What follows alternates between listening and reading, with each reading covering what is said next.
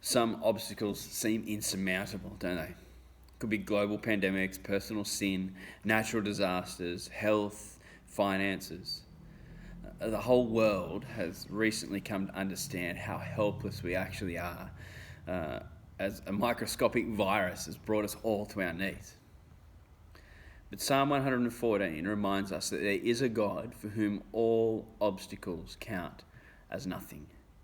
Look at verses 1 and 2.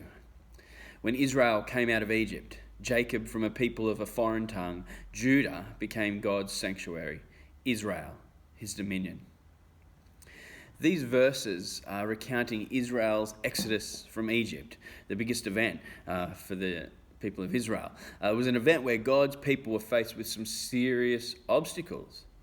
A world superpower and a large body of water blocking their way to safety. But have a look at what happens. In verses 3 and 4, the sea looked and fled, the Jordan turned back, the mountains leaped like rams, the hills like lambs.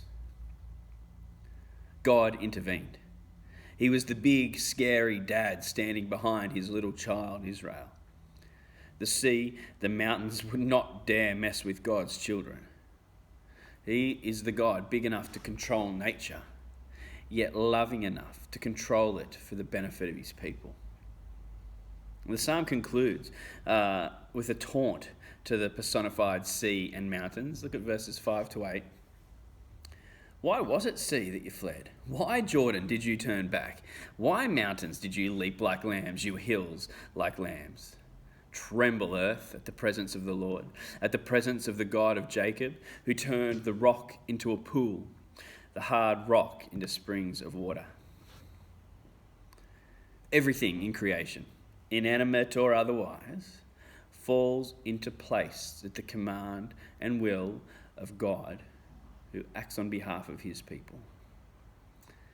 As Christians, we can look further than the Exodus, to the cross, when the earth shook and the sun was darkened as God's judgment was poured out on his son.